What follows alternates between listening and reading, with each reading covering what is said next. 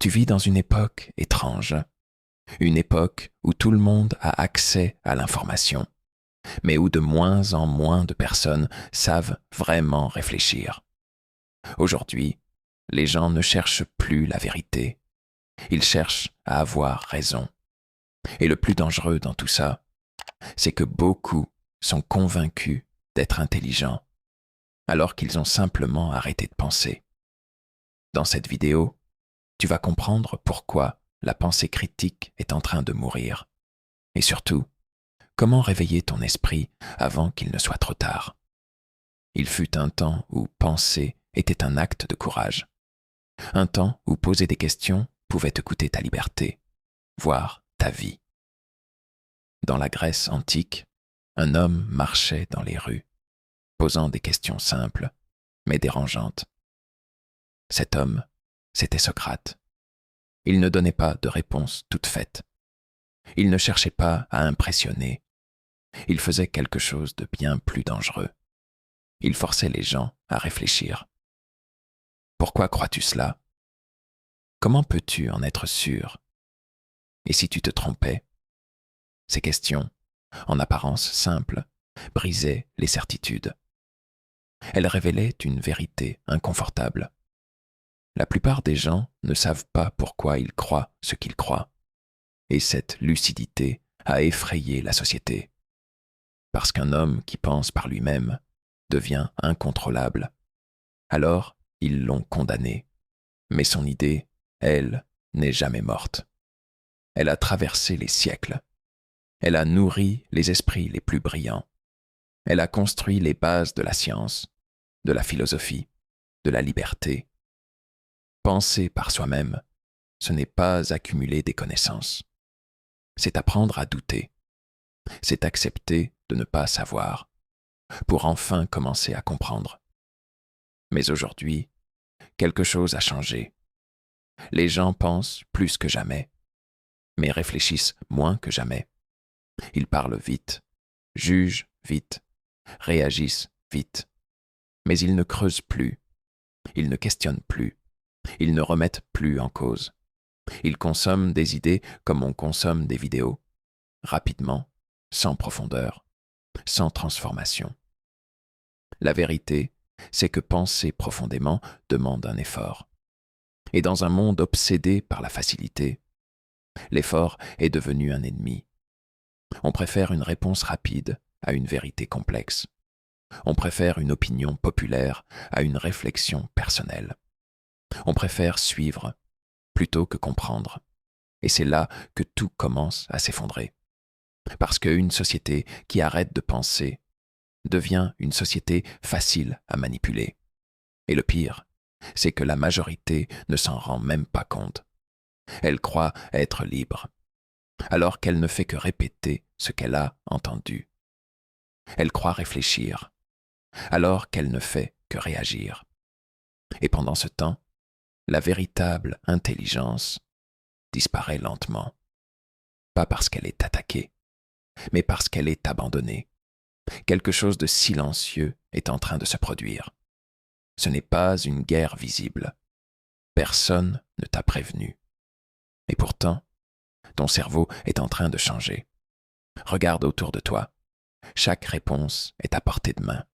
Un calcul, ton téléphone, une question, un moteur de recherche, un doute, une vidéo. Tout devient instantané. Et à première vue, cela semble être une bénédiction. Mais derrière cette facilité se cache un piège subtil. Moins tu fais d'efforts pour réfléchir, plus ton esprit s'habitue à ne plus réfléchir du tout. Ce phénomène, beaucoup ne le voient pas venir. Pourtant, il est déjà bien installé. Le psychologue Daniel Kahneman a expliqué que notre cerveau fonctionne de deux façons. Une partie rapide, instinctive, presque automatique. Et une autre plus lente, plus profonde. Celle qui analyse, qui doute, qui cherche la vérité. C'est cette deuxième partie qui fait toute la différence. Mais aujourd'hui, elle est de moins en moins utilisée. Pourquoi? Parce que tout est conçu pour aller vite. Tu ne lis plus vraiment, tu survoles. Tu ne réfléchis plus vraiment, tu réagis. Tu ne comprends plus en profondeur. Tu consommes des fragments. Ton esprit est devenu un terrain d'information, pas un lieu de réflexion. Et le plus troublant, c'est que tu peux avoir l'impression d'apprendre, alors que tu oublies presque tout. Tu te souviens rarement du contenu, mais tu te souviens parfaitement de l'endroit où le trouver. C'est ce qu'on appelle l'illusion du savoir. Tu crois savoir simplement parce que tu sais accéder à l'information. Mais accéder n'est pas comprendre. Accumuler n'est pas maîtriser. Et répéter n'est pas réfléchir. Petit à petit, sans bruit, ton cerveau délègue. Il délègue la mémoire. Il délègue l'analyse. Il délègue même le jugement. Et à force de déléguer, il s'affaiblit, comme un muscle qu'on n'utilise plus. Ce n'est pas que tu es moins intelligent, c'est que tu es moins entraîné à penser. La profondeur disparaît, remplacée par la vitesse. La réflexion disparaît, remplacée par la réaction. Et dans ce monde où tout va trop vite, prendre le temps de penser devient presque anormal. Essaye de rester quelques minutes sans distraction, sans écran, sans notification, sans stimulation. Tu vas ressentir quelque chose d'étrange, un inconfort, parce que ton esprit n'est plus habitué au silence. Il a été conditionné à être occupé en permanence. Mais c'est justement dans ce silence que la pensée renaît. C'est dans ces moments sans bruit que tu peux enfin te poser les vraies questions. Pas celles que le monde te donne, mais celles que tu choisis. Et c'est là que tout change. Parce qu'un esprit qui ralentit recommence à voir clair. Un esprit qui réfléchit recommence à comprendre. Mais tant que tu restes dans ce flux constant d'informations, tu ne fais que flotter à la surface de ta propre conscience. Et quelqu'un qui reste à la surface ne découvre jamais la vérité. Tu crois que tes idées sont les tiennes. Tu crois que tes opinions viennent de ta réflexion. Tu crois que tu choisis librement ce que tu penses. Mais si tu regardes plus profondément, quelque chose dérange.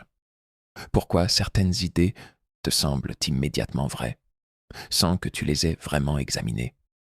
Pourquoi certaines opinions opposées te paraissent absurdes, avant même de les comprendre? Ce n'est pas un hasard.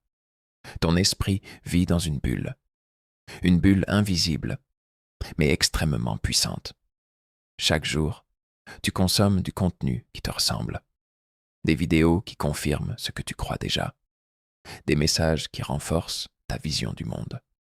Et sans t'en rendre compte, tu es enfermé. Ce phénomène a un nom, la chambre d'écho, un espace où tes propres idées te sont répétées, encore et encore, jusqu'à devenir des vérités absolues. Dans cet environnement, le doute disparaît.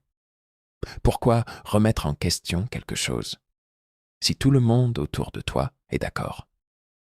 Pourquoi creuser si tu te sens déjà rassuré? C'est là que le piège se referme. Parce que ton cerveau aime le confort. Il préfère avoir raison plutôt que chercher la vérité. Il préfère la certitude plutôt que l'inconnu. Alors il sélectionne. Il garde ce qui confirme. Il rejette ce qui dérange.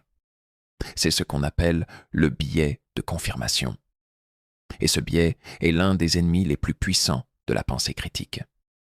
Car il ne te fait pas seulement ignorer la vérité, il te fait croire que tu la possèdes déjà. Regarde les débats aujourd'hui. Ce ne sont plus des échanges. Ce sont des affrontements. Chacun défend son camp. Chacun protège ses idées. Mais très peu cherchent réellement à comprendre.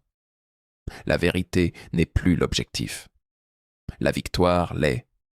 Et dans ce climat, poser une question devient suspect. Douter devient une faiblesse. Changer d'avis devient une trahison. Alors les gens s'enferment encore plus. Ils s'attachent à leur groupe, à leur identité, à leur vision. Et plus ils restent dans cette bulle, plus leur perception du monde se déforme. Les autres deviennent ignorants, Manipulé, dangereux, mais rarement humain. C'est ainsi que la division grandit, pas parce que les gens sont différents, mais parce qu'ils refusent de se comprendre. Et au cœur de tout cela, la pensée critique disparaît, parce que penser vraiment demande du courage. Le courage d'écouter ce qui te dérange. Le courage de remettre en question ce que tu as toujours cru. Le courage d'accepter que tu puisses te tromper, mais dans une chambre d'écho. Ce courage n'est plus nécessaire. Tout est déjà validé. Tout est déjà approuvé. Alors pourquoi réfléchir? Et c'est là le danger le plus profond.